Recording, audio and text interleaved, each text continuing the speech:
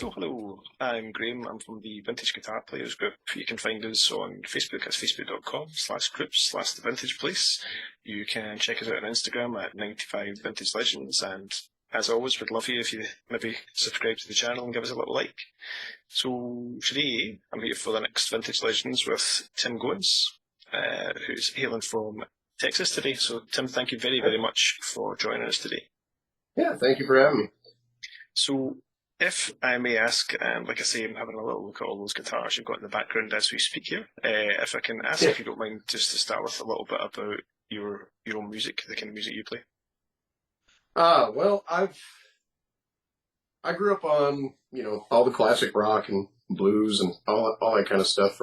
My parents didn't let me change a radio station, so I grew up with their music, but I liked it. So my early influences were stuff like Dan Fogelberg and Pink Floyd, which is still my biggest thing. David Gilmour's still my guy. All that kind of stuff. And then I went to the University of North Texas for I went to study jazz guitar, and so I got 2 degrees. I got a bachelor's and a master's, and that's one of them sitting up there in jazz guitar from the University of North Texas, which is a pretty prestigious music school, and that was a good time. But I never really considered myself like an authentic jazz player. There were I could play it pretty well, but there were guys at school, even while I was there, that could just play circles around me. I still managed to, kind of make it to the top band that out of that school and everything. But there was just something, it didn't really feel authentic when I was playing it. So, after that, I still play, mostly just kind of classic rock oriented stuff, but maybe with a few more chords that I learned during school. The one thing I would probably say is you probably run circles around me with the classic rock stuff, and the fact that you can play and have a qualification in playing jazz guitar is probably meaning you're absolutely going to school me at anything, so don't put yourself down. Oh man. But no, it's that's pretty much what I do. I'm influenced by guys like like I said, David Gilmour, Eric Johnson. I've always loved Eric Johnson. And then I had a phase during high school where I was trying to get into the whole shredder type thing, like Steve Vai and Joe Satriani. I can't really do that stuff, but it was fun. Me neither. But it was fun to try. I got to where I could, kind of play fast or whatever. But I can't do that type of stuff. It's fun to do. But somewhere in between, Eric Johnson, David Gilmour, maybe John Scofield on the jazz. Somewhere in between there is where I kind of live as far as my own guitar playing when I'm playing my original music. I don't get to. Well, I mean, I do play some of my original music, fairly regularly, but most of the time on the weekends, we're playing for corporate events or that kind of stuff, and they want to hear the same songs that everybody else does, and they want to hear them the way that they heard them on the record. So you just end up playing it kind of the same way, kind of sort of thing. Yeah. But I try to put my own little spin on it, though, at least enough to where they can tell, oh, he knows how to play it, but he's going to do his own thing. So, yeah. Sometimes that's, I think sometimes that's a bit more interesting, especially to those who are there, who recognise the stuff and know the stuff, and recognise that, a decent player, Mm-hmm. And with the vintage side of things, how did you stumble upon them in the first place? It was kind of a sad story, actually. Interesting, Okay. But I've always played a Strat type guitar, and I had an old Fender Strat that I got. My parents got it for me when I was 13 years old, and it was and I still played it. I still kept it. It was the one guitar that I had other guitars I would buy and sell. But that was the one that would never, it never left me. And everybody kind of knew me for that guitar. And unfortunately, it got, this is about 5 years ago now. But unfortunately, it got demolished, like beyond repair, No. and it was a pretty sad time, and I only had one other guitar at the time, and it wasn't a Strat, and I needed a Strat. Yeah. And another endorser, a vintage, John Inman, he'd post on Facebook about the guitars, and well, that's interesting. I'll go check one out. And there was a dealer here in town, because I live in Dallas Fort Worth in Texas, and the distribution center for vintage is out of Fort Worth, Texas. I mean, it's right down the road from me, and which is kind of how I got hooked up with all these guys. But it started with John Inman, and I went to a local store that carried them, and they had a few, and I played them, and I liked them, and they had another, like an actual Fender Strat that was pretty close to the one that I had, and it was kind of, I was there to buy a Strat. I needed a Strat, and that one was kind of winning, and it was the one for a minute. But then I turned around and I saw, like, right up next to the door, because at this particular music store, you walk down the stairs to the guitar room is actually downstairs, and right up at the top of those stairs, so I missed it while I was coming into the room, was this one. And I saw it. Now, originally it had a rosewood fretboard on it, so this maple neck came later. But I saw this one hanging up. Oh wow, I didn't see that one before, and picked it up and started playing it, and was like, yeah, this is the one that's going home. And so that's how that one started. Sold. And now I got 8 of them. So. Well, I do have to say, as much as I know the Icon ones look really cool with the rosewood board, it looks absolutely stunning with the maple board. So. Oh yeah. That was I'd always loved this kind of course. What do they call it? Lagoon. They call it Laguna Blue. I think Fender calls it Sonic Blue or Daphne Blue or something like that.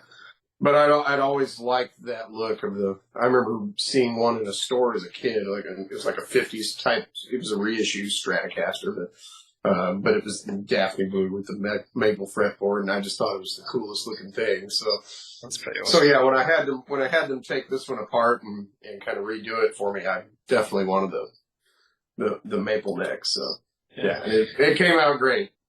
Well, I have one kind of slightly off-topic question then on the note of the fact that you were comparing that against a Fender Strat. What obviously tipped it in the vintage direction out of the two?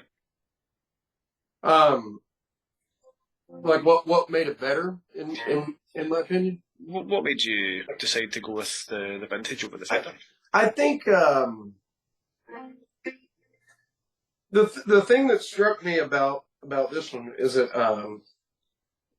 that Strat that I was mentioning, I had it since I was a kid, and every ding and every scratch and every part of the paint missing was from me. But I noticed, like, over the years, because there was a chunk. It was actually kind of in the same spot right here. There was a chunk that was missing because that guitar, it fell out of a taxi cab. Like the guy was opening the back door, it just fell onto the street, and so I picked it up. It was still in tune. It was a great guitar. But I noticed, like, after that you could see the wood, and then that wood started to gray up, and so that guitar, I think what I realized is that guitars started to dry out. Guitars seem to resonate better after that wood dries out. Yeah. And with those big, thick polyurethane finishes that they put on those Fenders, it takes them forever to do it until you knock a hole in it. Yeah, it's not. Anyway, so that guitar had started to sound really good, really, really good, and I loved it. But I noticed this guitar was brand new and almost sounded just as good already, and I was like, wow, that's pretty cool. And I've already noticed it. It seems to sound better through the years too. I've had this one the longest, and it's still yeah. Just every time I pick it up, this one's my baby. I've got a bunch of them, but this one feels like home for sure. Yeah. Listen, you can't say fairer than that. And of course, you've got like say 8 vintage guitars now. So what attracts you to playing to vintage? The price is right for one thing. They're a great company. They're big enough to be able to take care of you, but they're small enough to care. They're small enough to do it right. You know what I mean? That's very and yeah, and they have. I mean, they got great hardware. They got great pickups, and when you think about it, it's a solid body electric guitar. Like it shouldn't cost very much, to be honest. And some of the stuff that Fender's coming out with, for instance, I don't want to bash on them, but good Lord, some of these guitars are expensive. And I'm not saying they're bad guitars. I'm just saying they're expensive. And I'll take this guitar and put it up against any one of them any day, or any one of my vintages. I'll take any one of them and put them up against a Fender, and I don't think there's that much of a difference. And they play great, and they don't break the bank. And I think there are quite a few companies that in this day and age, they kind of, I suppose, cut out a lot of the market for buyers. Like, Yep. But again, like I say, I think with vintage, the better thing as well is you can also have that argument of instead of spending like X amount on something, you can get 2 or 3 for the same amount. Which is quite something. And you can take it on stage and not worry about hurting your expensive guitar. Yeah. Or you can modify it. You can throw 1,500 pickups in it or whatever, whatever you want to do, and you don't feel like you've messed up this investment level guitar that you have. It's just a guitar. Yeah, you start spending a couple of grand on something and then change out the pickups to what you prefer. You can try and sell it on. Someone goes, yeah. Definitely. Yeah. Now, in terms of different vintage models, I can see you've got quite a few behind you. Yeah. If you fancy making an introduction to any, we'd love to see them. But I know we would like to see one in particular, your artist recipe model as well. Yeah, sure. Well, since I've got this one in my hand, I'll tell you about it pretty quick. So these are they're essentially Pro Shop models from the U.S. Pro Shop. This one started I have a few that are off the rack, but every one of them I've messed with it at least a little bit.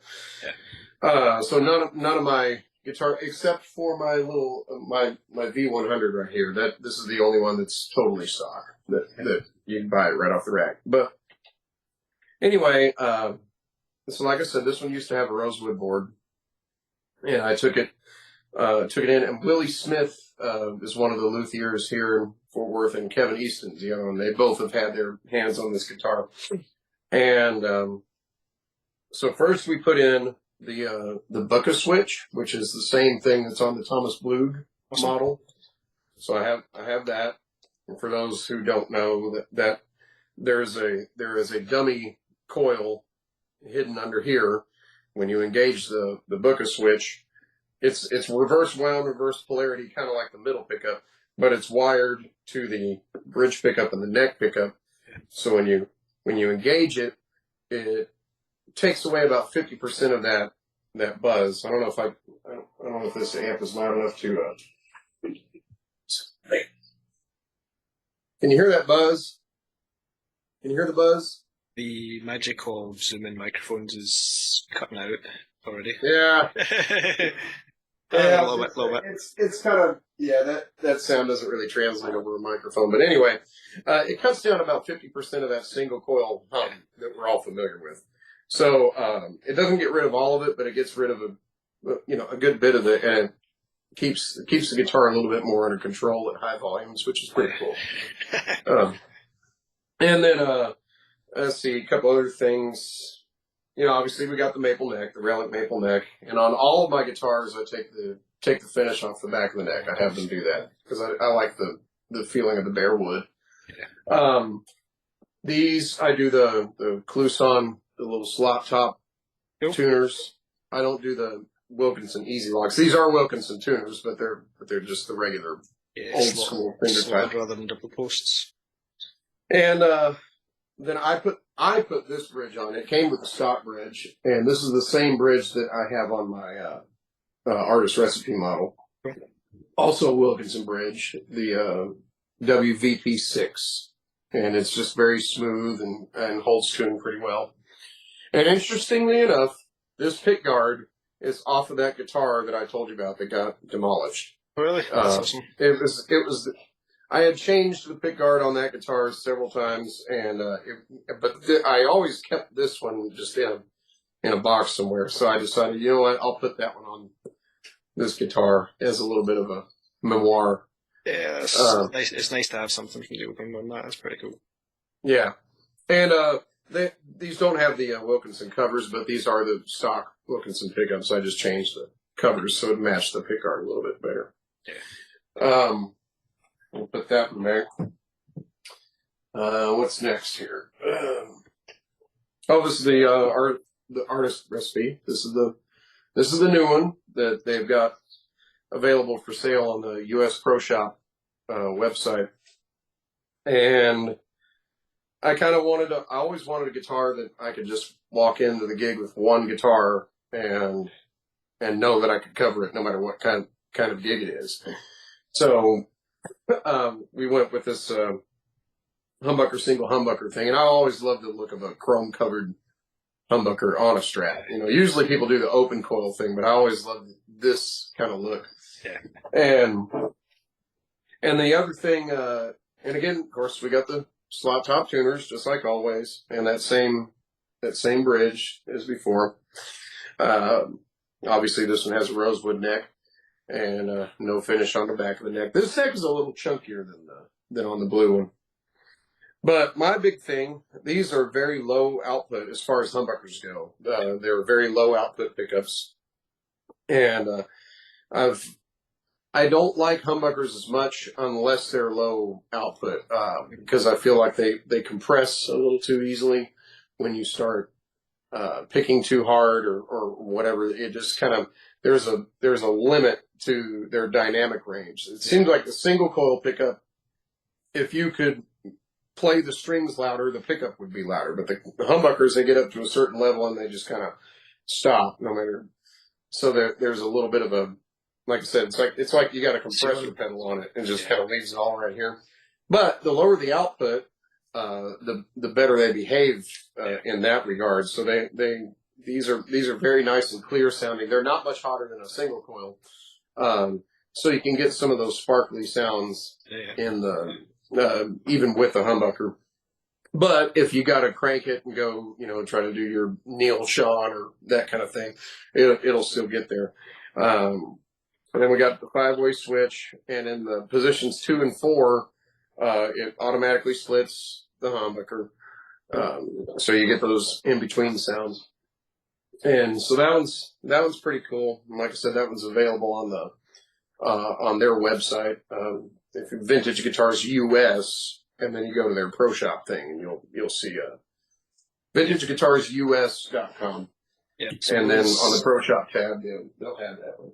Yeah, so those are all made to order as well, if anyone's after one. Yeah, those are made to order. So they're not cranking them out, but if you click that you want to buy one, they have all the specs and they make it for you just like that one. And they're pretty cool. See, this one here is another one of my artist guitars here. Not an artist recipe, but just one they made for me. So it started as a B-52. I picked out the body and the neck and everything, but I wanted an Esquire, which is the old one pickup thing. So Kevin put this one together, and this one's great. It's got a big chunky neck on it, but it's got a compound radius, so it's 10 inches here and 14 up here. So the action is just super low. It feels like a shredder guitar up on top, but it's like got a big chunky neck that you can grab from the back. And again, the Kluson tuners. But the cool thing is he did we went with the Eldred wiring modification. So we've got, this one has a DiMarzio Area T, I think they call it. Okay. It's a stacked single coil, so it's noiseless, because since I only have one pickup, I can't and I can't escape if it starts buzzing, right? Yeah. I can't go to one of those in between positions and get away from the buzz. So we went with that, and it's a great sounding pickup.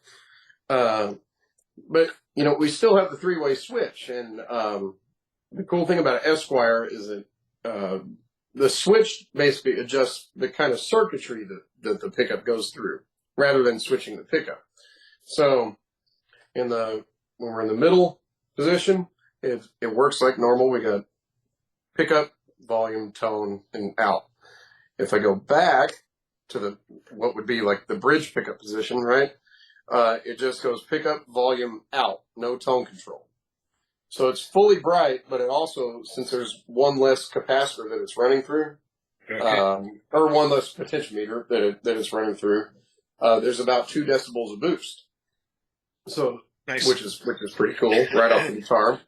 And then, if I go to the front position, it runs it through a capacitor. It's still pickup, volume, and out, but there's an extra capacitor that it runs through that makes it sound like you've got a wah pedal pressed halfway down. So a bit of a bass bleed, a bit more squawk.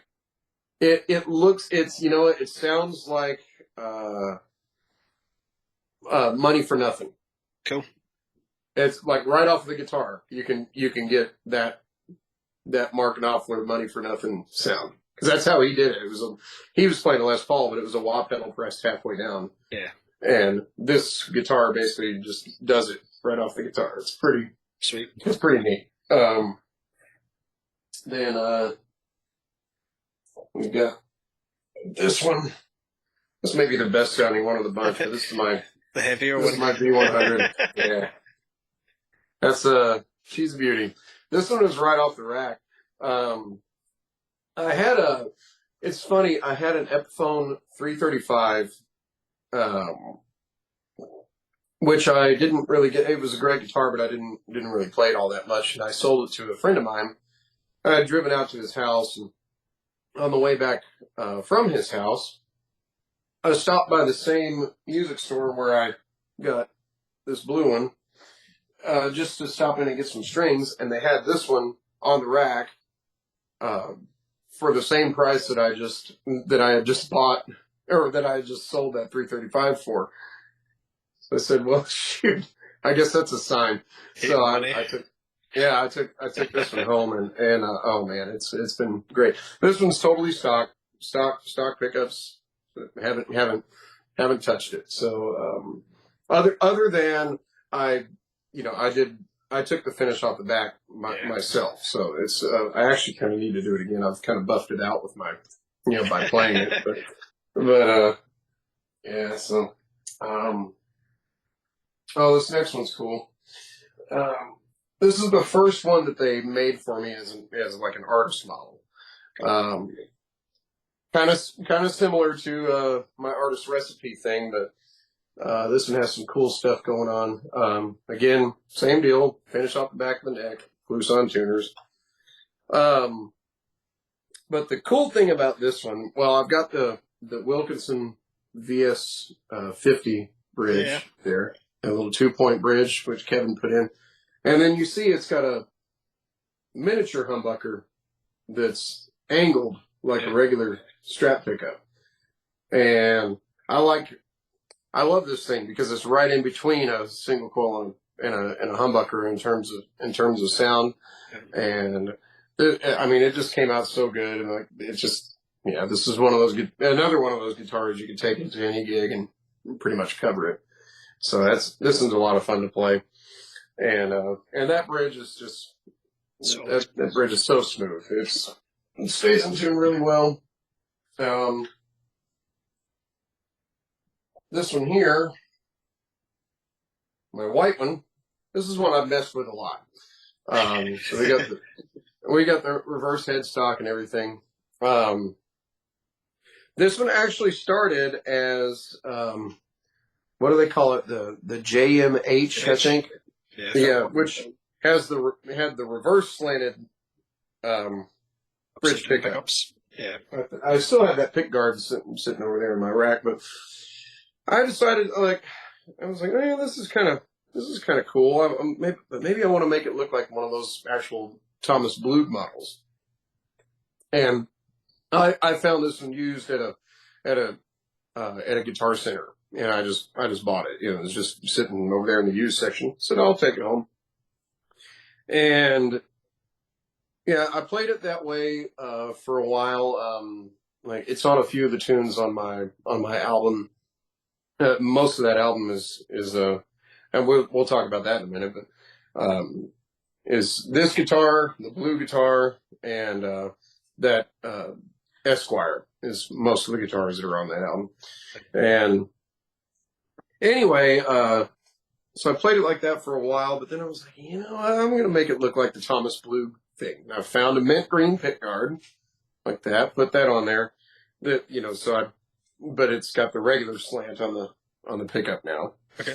And I very carefully did all these little dings and stuff myself. I didn't want to overdo it, but I did those. I did those myself. Did some of the back too. You're definitely a braver man than I am. Yeah. And I had noticed, now originally it had 22 frets, but I noticed, again, it was a used guitar, and I don't know if somebody hadn't taken care of it, but the very last fret was starting to pop out. Really? So rather than pop it back in, I just took it out, and then I took the neck off and took that fret off, and then reshaped the end of the fretboard. So it's basically a 21 fret. It is a 21 fret neck. So it kind of looks like a Thomas Blug, but it has the reverse headstock and the mint green thing. So this one's cool. This one is probably the strattiest sounding of the bunch, and I guess that's a word that we all kind of know what it means. Even but yeah, it's very, very, very bright and very, just very stratty. And then let's see what we got. Oh, this one's pretty cool. I found this also at a guitar store, just in the used section. So originally had a black. Yeah, that's kind of what I went for. It was just it had the white pickguard and everything, but I was like, I've always kind of wanted a David Gilmour thing because I'm a David Gilmour nut. So I bought the guitar and I got the black pickguard for it. And this one is pretty cool. They wanted. That's the other cool thing about vintage, especially around here. Nobody knows what they are. I wish they did, but it works out in your favor because when you go to a guitar store, and you see one in the used section, you could probably get it for like $200 because nobody knows what the hell these things are. Yeah. And they don't know quite how good they are. So, whoever had it before though did some kind of nifty little modifications so that the volume and tone controls, he got these vintage ones that you can see have that rounded kind of domed top. I got to figure out what the lens is on this camera, but yeah, we can see that. And the same thing on the pickups, they have that beveled edge, so they're very, very 50s style. Yeah. So I left that on there, but I got the black pickguards so we could do the David Gilmour thing, and it really came out pretty well. I leave this guitar. This is one of the only ones as far as with the whammy bar bridge that I leave all the way on the deck, so I can do drop tunings and stuff with this guitar. I can go to drop D without knocking the rest of the guitar out of tune. Yeah. The other ones have a floating bridge. I have an interesting way of setting those up that I might demonstrate here in a minute. And then lastly, you'll like this one. If I can get it out. Very nice. Yeah. So, this one is one they just had up there. I didn't get this. I got this over at the warehouse for RBI and Vintage and everything. They had it over there, and this one's pretty neat. I don't play it very much because the control system is pretty daunting. It's a lot of guitar. Yes, it's a lot of metal in that. So the way this one has been modified, I think Willie Smith is the one that did the modifications on it. But basically, the three-way switch works like a normal three-way switch on an SG. You either get neck pickup, bridge pickup, or both. This middle pickup is on this volume control, and it's always on. So you blend it in. Yeah. So you got your volume, and then your tone back. Oh, sorry, volume, and then the tone back here. That's awesome. And then that's the middle pickup volume. But yeah, it's a lot to work. I haven't gotten as comfortable with it on stage, like really trying to get through. It's interesting though. It's like I couldn't believe it until I heard of it. Like when you put, like for instance, these two big ass humbuckers together, it actually kind of has that Strat in between sound. Not perfect, but enough to fool somebody if this is the only guitar you got. That I would not have expected. Yeah, it was very strange. But anyway, that's the stable of vintages. I have a couple other Strats and a couple of Ibanez's and arch top guitar and all this other stuff. But those are the vintages. Yeah. Well, listen, thank you very much for the introduction and the the kind of the show run for them, because it's always interesting to see what different artists are kind of playing and using. Yeah. Lastly, if I can check out, where can we find you online? Where can we find your music and such? I'm on. I've got one album called Incandescent, which is on all of the streaming platforms. If you look up my name, so it's on YouTube, it's on Spotify, and all the. I think it's on Deezer and whatever else people listen to. But if you want to purchase it, it's on Bandcamp. Cool. I can get that linked up. Yeah. So that's.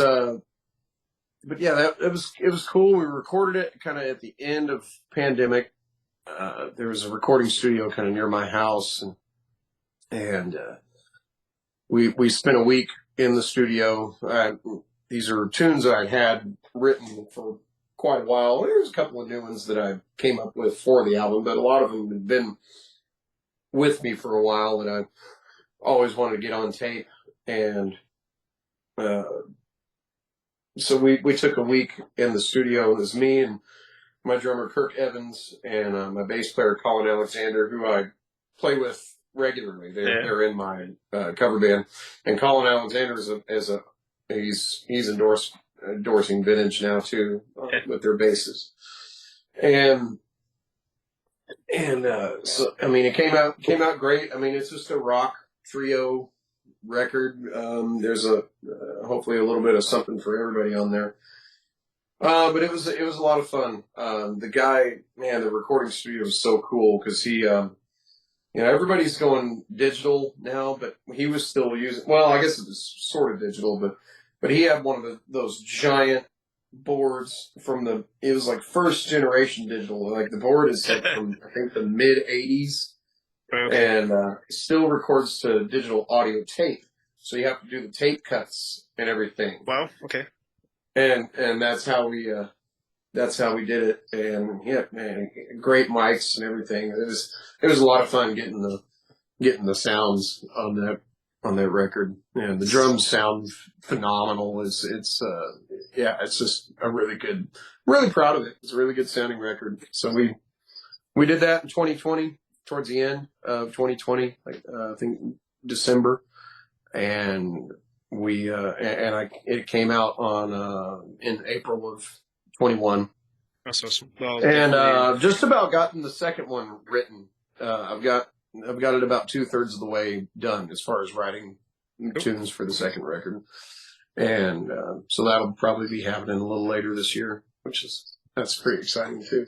That's pretty awesome. I'll make sure, obviously, like I say, that we've got some links provided. You'll see them across the screen and stuff, and Yeah. obviously get them included in the video on YouTube when it goes up live and such. But listen, let me say thank you so much for for joining us today and for showing us around. Like I say, because it's always, like I say, amazing just to see the different guitars that we're playing and the modifications and. So thank you so much for joining us. I really appreciate it, Tim. Yeah, absolutely, man. And have a good weekend, my friend. Okay. Yeah, you too. We'll see you.